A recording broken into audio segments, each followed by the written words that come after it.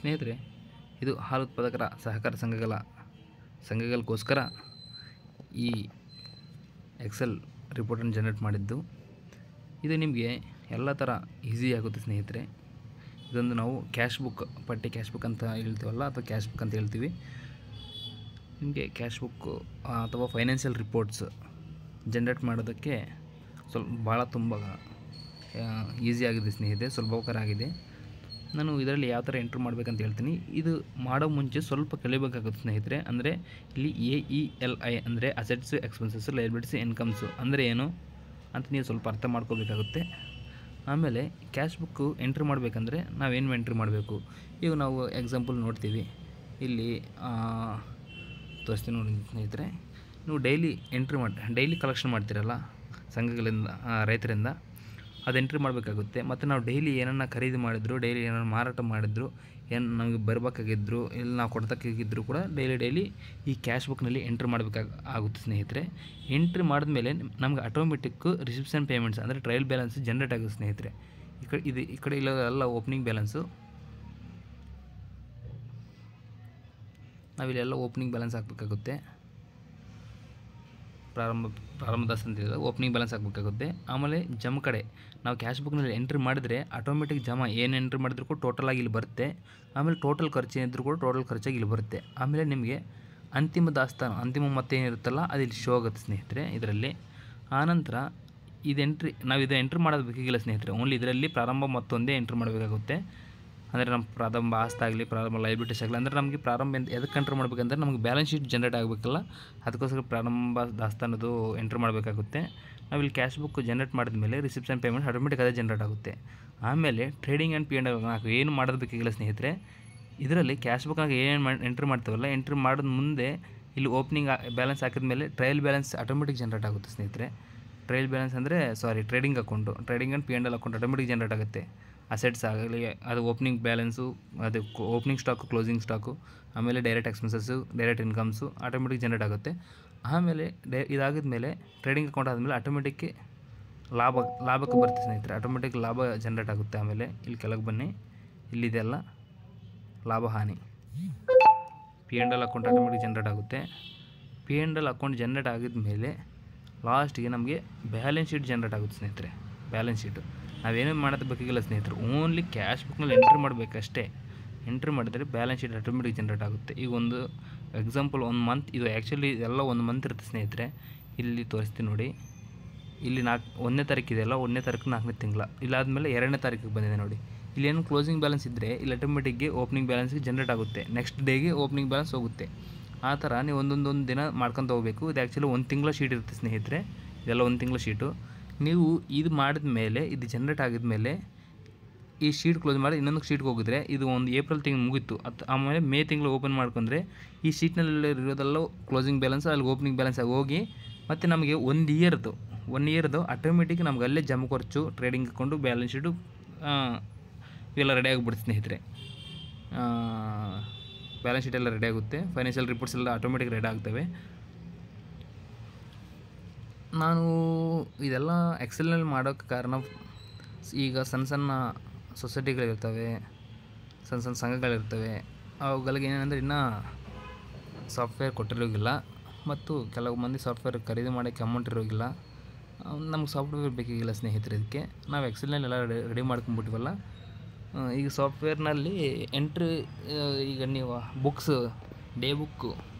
Day book use ಮಾಡ್ತಾ ಇರ್ತೀರಿ ಕಲೆಕ್ಷನ್ಗೆ. ಅದರಲ್ಲಿ ಟೋಟಲ್ ಯಾವ ಡೇಟ್ದು ಡೇಟ್ ಇದರಲ್ಲಿ ಎಂಟ್ರಿ ಮಾಡ್ಕೊಂಡ್ಬಿಟ್ಟಿದ್ರೆ ನೀವು ಆಟೋಮೆಟಿಕ್ ತೋರಿಸುತ್ತೆ. ಈಗ ಎಕ್ಸಾಂಪಲು ಒಂದು ದಿನದ್ದು ಯಾವ ಥರ ಎಂಟ್ರಿ ಮಾಡಬೇಕಂತ ತೋರಿಸ್ತೇನೆ ನೋಡಿ ಸ್ನೇಹಿತರೆ.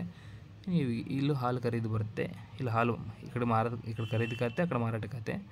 ಇಲ್ಲಿ ನೋಡಿ, ಎಕ್ಸಾಂಪಲ್ ನಾನು ಒಂದು 10 ಲೀಟ್ರ್ ಬೆಳಗ್ಗೆ ಖರೀದಿ ಮಾಡಿದೆ, ಸಾಯಂಕಾಲ ಒಂದು 5 ಲೀಟ್ರ್ ಮಾಡಿದೆ.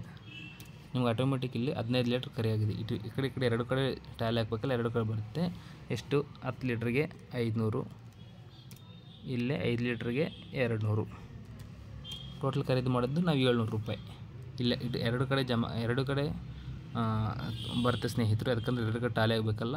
ಒಂದು ನಾವು ಖರೀದಿ ಮಾಡಿದ್ದು ಅಂದರೆ ನಾವು ಕ್ರೆಡಿಟ್ ಪರ್ಚೇಸ್ ಅಂದರೆ ಉದ್ರಿ ಖರೀದಿ ಮಾಡ್ತಿದ್ದೀವಿ. ಇಲ್ಲಿ ಉದ್ರಿ ರೂಪದಲ್ಲಿ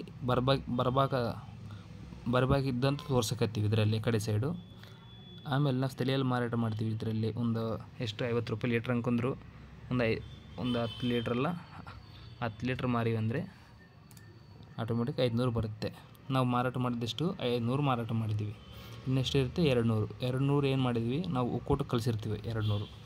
ಇಲ್ಲಿ ನೋಡಿ ನಾವು 200 ಅಲ್ಲ, ನಾವು ಒಕ್ಕೂಟದಿಂದ 300 ಬಂದಿದೆ. ಎಕ್ಸಾಂಪಲು ಒಕ್ಕೂಟದಿಂದ 300 ರೂಪಾಯಿ ಬಂದಿದೆ, ತೋರಿಸ್ತೀನಿ ನೋಡಿ.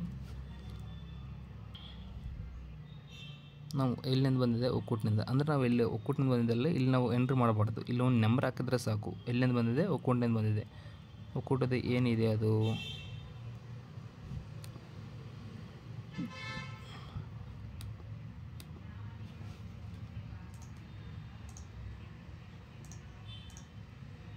ಇಲ್ಲಿ ನೋಡಿ. ನಾವು ಒಕ್ಕೂಟಕ್ಕೆ ಮಾರಿವಲ್ಲ, ಒಕ್ಕೂಟನಿಂದ ಎಷ್ಟು ಬಂದಿದೆ A35 ಅಂತಿದೆ ಹಾಲು ಮಾರಾಟ. ನಾವಿಲ್ಲಿ A35 ಎಂಟ್ರ್ ಮಾಡಿದರೆ ಸಾಕು. A35 ಅಂತ ಎಂತ ಮಾಡಿದ್ರಿಲ್ಲ ಹಾಲು ಮಾರಾಟ ಅಂತ ಬೋಟಿಗೆ ಬಂದುಬಿಡುತ್ತೆ. ಹಾಲು ಮಾರಾಟ ಎಷ್ಟು ಮಾರಿ 300 ರೂಪಾಯಿಗೆ ಮಾರಿದ್ವಿ. ನಮಗೆ ಇದು ಎಂಟ್ರಿ ಮಾಡಿದ್ದು 300 ರೂಪಾಯಿ ಮಾಡಿದ್ದು ನಮಗೆ ಎಲ್ಲಿ ಜಮಾ ಆಗಿದೆ, ಬ್ಯಾಂಕ್ನಲ್ಲಿ ಜಮಾ ಆಗಿದೆ. ಇಲ್ಲಿ ಬ್ಯಾಂಕ್ನಲ್ಲಿ ಜಮಾ ಆಗಿದೆ. ಬ್ಯಾಂಕ್ ಏನಂತಿದೆ A1 ಅಂತಿದೆ ನೋಡಿ. ಕ್ಯಾಶ್ A1 ಅಂತ ಎಂಟ್ರ್ ಮಾಡಿದ್ರೆ ಬ್ಯಾಂಕ್ನಾಗ ಬಂದುಬಿಡುತ್ತೆ. ಎಲ್ಲಿ ಜಮಾ ಆಗಿದೆ ಬ್ಯಾಂಕ್ನಲ್ಲಿ ಎಷ್ಟು 300 ರೂಪಾಯಿ.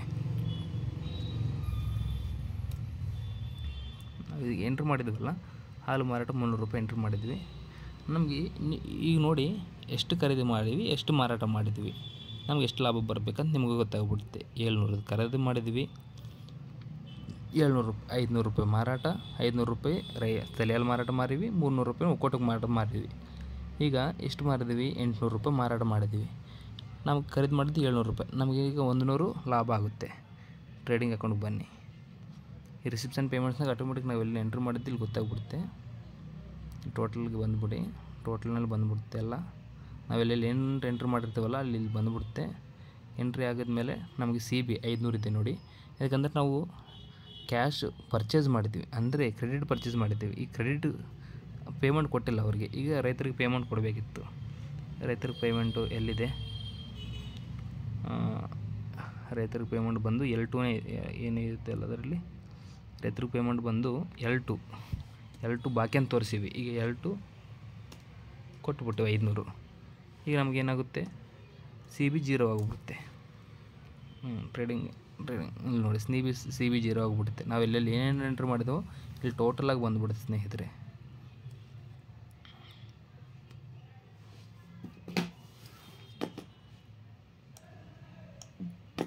ನಾವೇನು ಮಾಡಿದ್ವಿ ಈಗ 300 ರೂಪಾಯಿ ಬ್ಯಾಂಕ್ ಅದಕ್ಕೆ ಜಮಾ ಮಾಡಿದ್ವಿ. 300 ರೂಪಾಯಿ ತೋರಿಸ್ತೈತಿ. ಇಲ್ಲಿ ನೋಡಿ 700 ರೂಪಾಯಿ ಏನು ಹಾಲು ಖರೀದಿ ಮಾಡಿದ್ವಿ. 700 ರೂಪಾಯಿ ಹಾಲು ಖರೀದಿ ಮಾಡಿದ್ವಿ. ಇಲ್ಲಿ 300 ಒಕ್ಕೂಟಕ್ಕೆ ಮಾರಾಟ ಮಾಡಿದ್ವಿ. ಇಲ್ಲಿ 500 ಸೆಲೆಲ್ಲ ಮಾರಾಟ ಮಾಡಿದ್ವಿ. ಓಕೆ, ಇದಾಯ್ತು. ಮತ್ತು ಹಾಲು ಉತ್ಪಾದಕರ ಖಾತೆ ನಾವು 700 ರೂಪಾಯಿ ಬಾಕಿ ಈಗೆಷ್ಟು 700 ರೂಪಾಯಿ ಕೊಡಬೇಕಿತ್ತು. ಇದರಲ್ಲಿ ರೈತರಿಗೆ ನಾವೆಷ್ಟು 700 ರೂಪಾಯಿ ಕೊಡಬೇಕಿತ್ತು. ಆ್ಯಕ್ಚುಲಿ ಇಲ್ಲ 500 ಅಂತ ತೋರಿಸಿವಿ. 700 ರೂಪಾಯಿ ಕೊಡಬೇಕು. 700 ರೂಪಾಯಿ ಕೊಟ್ಟುಬಿಟ್ಟಿವಿ.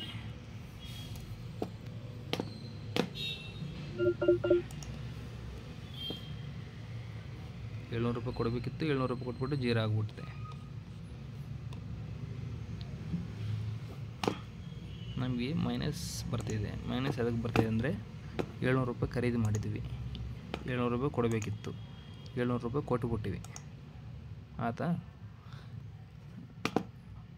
ಇಲ್ಲಿ ಮುಗೀತು ಒಂದು ಎಂಟ್ರಿ. 700 ರೂಪಾಯಿ ಕೊಟ್ಟಿವಲ್ಲ, ನಾವು ಎಲ್ಲಿಂದ ಕೊಟ್ಟಿವಿ. ಈಗ ನಮ್ಮ ಕಡೆ 500 ರೂಪಾಯಿ ಲೋಕಲ್ಸಲ್ಲಿದೆ. ಇನ್ನು 200 ರೂಪಾಯಿ ಕೊಡಬೇಕಲ್ಲ. ಆವಾಗ ನಾವು ಬ್ಯಾಂಕ್ನಿಂದ ತೆಗಿಬೇಕಾಗುತ್ತೆ. ನಾವು ಬ್ಯಾಂಕ್ನಲ್ಲಿ 300 ಇದೆ ಅಲ್ಲ, ಈಗ ಬ್ಯಾಂಕ್ನಿಂದ ತೆಗಿಬೇಕು. ಎಷ್ಟು A1 ಎಷ್ಟು ತೆಗಿಬೇಕು 200 ತೆಗಿಬೇಕು. 200 ಕೊಟ್ಟಿವಲ್ಲ, ಮತ್ತು 200 ಎಷ್ಟು ಕೊಟ್ಟಿವಲ್ಲ ಇಲ್ಲಿ ನೋಡಿ. ಇಲ್ಲಿ 700 ಕೊಟ್ಟಿವಿ. 500 ನಮ್ಮ ಕಡೆ ಇದೆ ಆಲ್ರೆಡಿ ಕ್ಯಾಶ್ನ ಹ್ಯಾಂಡ್ 500 ರೂಪಾಯಿ ಏನದು ಸ್ಟೈಲ್ ಲೋಕಲ್ ಸೇಲದ್ದು. ಈಗ 200 ರೂಪಾಯಿ ತೆಗೆದ್ವಿ. 700 ಕೊಟ್ಬಿಟ್ಟಿವಿ. ಈಗ ಏನಾಗೈತಿ 700 ರೂಪಾಯಿ ಮೈನಸ್ ಆಗೈತಿ. ಇದು ನಮಗೆ ಜಮ್ಮು ಖರ್ಚು ಅದಕ್ಕೆ ಟ್ಯಾಲಿ ಆಗಿಲ್ಲ ಅಂದರೆ ಹೇಳ್ತೀನಿ ಒಂದು ಸ್ನೇಹಿತರೆ. ಓಕೆ, ನಮಗೆ ಇಲ್ಲಿ 200 ಎದಕ್ಕೆ ಬಂದಿಲ್ಲ ಅಂದರೆ, ಇಲ್ಲಿ ನೋಡಿ ಸ್ನೇಹಿತರೆ, 200 ನಮಗೇನೋ ಡಿಫ್ರೆನ್ಸ್ ಬರ್ತಿದೆ. 200 ಎದಕ್ಕೆ ಬಂದಿಲ್ಲ ಅಂದರೆ ನಾವಿಲ್ಲಿ ಎಂಟ್ರಿ ರಾಂಗ್ ಹಾಕಿವಿ. ಇಲ್ಲಿ ಆ್ಯಕ್ಚುಲಿ ಅಮೌಂಟ್ ಹಾಕ್ಬಿಟ್ಟು, ಬಟ್ ಇನ್ನೇನು ತೋರಿಸ್ತಿಲ್ಲ. ಇಲ್ಲಿ ಏನಂತ ಹಾಕಬೇಕು, A1 ಅಂತ ಹಾಕಬೇಕು. A1 ಅಂತ ಹಾಕಿದ್ರೆ ಮಾತ್ರ ಇಲ್ಲಿ ಬ್ಯಾಂಕ್ ಖಾತೆ ಅಂತ ತೋರಿಸಿದ್ರೆ ಮಾತ್ರ ನಿಮಗೆ ಟ್ರೇಡಿಂಗ್ ಇಲ್ಲಿ ಹೋಗುತ್ತೆ. ನೋಡಿ ಸ್ನೇಹಿತರಿಗೆ ಆಟೋಮೆಟಿಕ್ ಕರೆಕ್ಷನ್ ಆಗಿದೆ 1700. ಈಗ ನಮಗೆ ಟ್ರೇಡಿಂಗ್ ಅಕೌಂಟ್ ಹೋಗುತ್ತೆ ಇದು. ಇಲ್ಲಿ ನೋಡಿ, ಇದರಲ್ಲಿ ಖರೀದಿ ಕರೆಕ್ಟ್ ಮಾಡೋಣ. ಫಸ್ಟ್ ಹಾಲು ಖರೀದಿ 700 ರೂಪಾಯಿ ಖರೀದಿ ಮಾಡಿದ್ವಿ. ಇದರಲ್ಲಿ ಎಷ್ಟು ಮಾಡಿದ್ವಿ, ಸ್ಥಳೀಯ ಹಾಲು ಮಾರಾಟ 500 ಮಾಡಿದ್ವಿ. ಸ್ಥಳೀಯ ಹಾಲು ಮಾರಾಟ 500 ಮಾಡಿದ್ವಿ. ಈಗ ಎಷ್ಟು, 700 ರೂಪಾಯಿದಲ್ಲಿ 800 ರೂಪಾಯಿ ಮಾರಾಟ ಮಾಡಿದ್ವಿ. 100 ರೂಪಾಯಿ ನಮಗೆ ಲಾಭ ಆಗುತ್ತೆ. ಈಗ ಇಲ್ಲಿ ಪ್ರಾಫಿಟ್ನಲ್ಲಿ ಈಗ ನೋಡಿ, ವ್ಯಾಪಾರ ಲಾಭ 100 ರೂಪಾಯಿ ಆಗಿದೆ. ಇದಕ್ಕೆ ಏನನ್ನ ವೆಚ್ಚಗಳು ಇದ್ದರೆ, ವೆಚ್ಚಗಳು ಕಟ್ಟಾಗಿದ್ದರೆ ನಮಗೆ 100 ರೂಪಾಯಿ ಲಾಭ ಆಗೈತಿ. ಒಂದು ವೇಳೆ ಅವತ್ತೇ ಒಂದು ವೆಚ್ಚ ಐತಪ್ಪ, ಏನನ್ನ ಖರೀದಿ ಮಾಡಿದ್ವಿ, ಎಕ್ಸ್ಪೆನ್ಸಸ್ E2 ಬಿಲ್ ಚಾರ್ಜ್ ಅಲ್ಲ, E5 E21 ಸಭೆ ವೆಚ್ಚ, ಅವತ್ತಿನ ಸಭೆ ಮಾಡಿದ್ವಿ.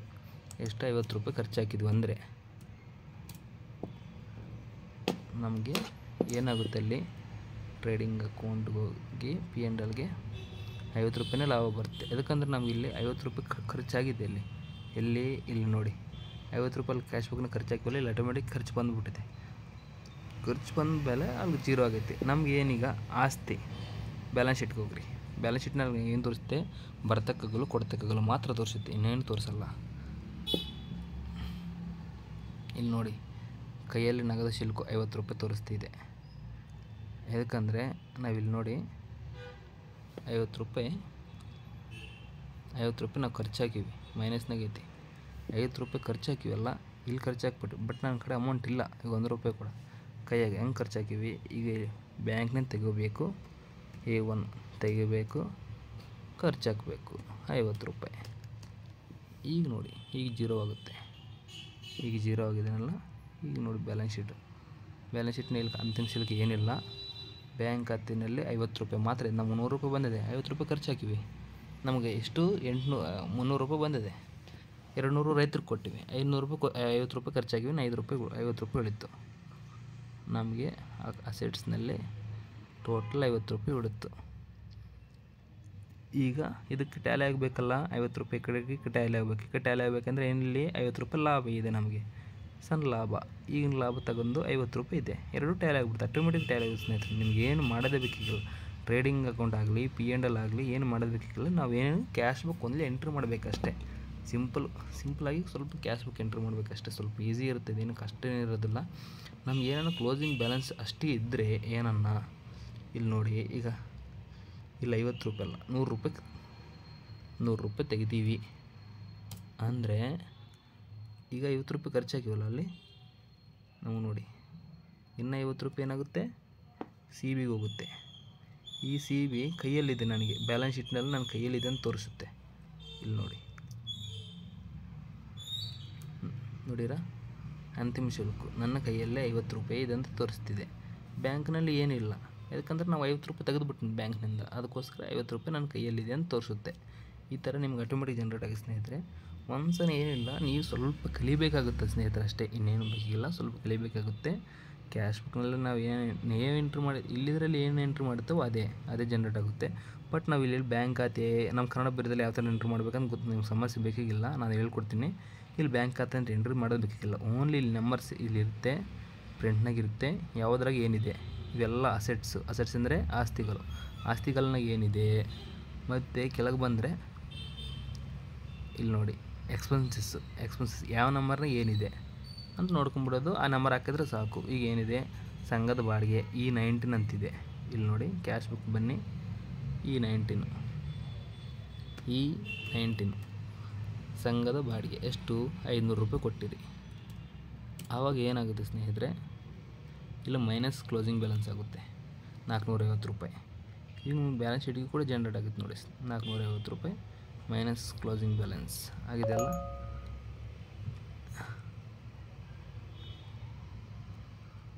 ಇದಾವಾಗ ನಮಗೆ 0 ತೋರಿಸುತ್ತೆ, ನಿವ್ವಳ ಹಾನಿ 450 ರೂಪಾಯಿ ತೋರಿಸುತ್ತೆ. ಈ ಥರ ಜನ್ರೇಟ್ ಆಗುತ್ತೆ ಸ್ನೇಹಿತರೆ. ಇದೇನು ಈಸಿ ಆಗುತ್ತೆ ನಿಮಗೆ, ಏನು ಅಷ್ಟು ಕಷ್ಟ ಬೀಳೋದು ಬೇಕಾಗಿಲ್ಲ ಸ್ನೇಹಿತರೆ. ನೀವೇನಂದರೆ ಸ್ವಲ್ಪ ಒಂದು 5-10 ನಿಮಿಷ ನೋಡಬೇಕಷ್ಟೇ ಯಾವ ಥರ ಎಂಟ್ರಿ ಮಾಡಬೇಕು ಏನು. ನೀವು ಆಲ್ರೆಡಿ ಸೀನಿಯರ್ ಇದ್ದರೆ ಗೊತ್ತಾಗ್ಬಿಡುತ್ತೆ. ಸೀನಿಯರ್ ಇಲ್ಲ ನಾನು ಈಗ ಹೊಸ ಅಂದರೆ ನಿಮ್ಗೆ ಏನನ್ನ ಅಸೆಟ್ಸು ಲೈಬಿಲಿಟೀಸು ಅಕೌಂಟ್ಸ್ ಗೊತ್ತಿಲ್ಲ, ಫೈನಾನ್ಸ್ ಅಕೌಂಟ್ಸ್ ಗೊತ್ತಿಲ್ಲ ಅಂದರೆ ಸ್ವಲ್ಪ ನಿಮ್ಗೆ ಕಷ್ಟ ಆಗುತ್ತೆ ಅಷ್ಟೇ.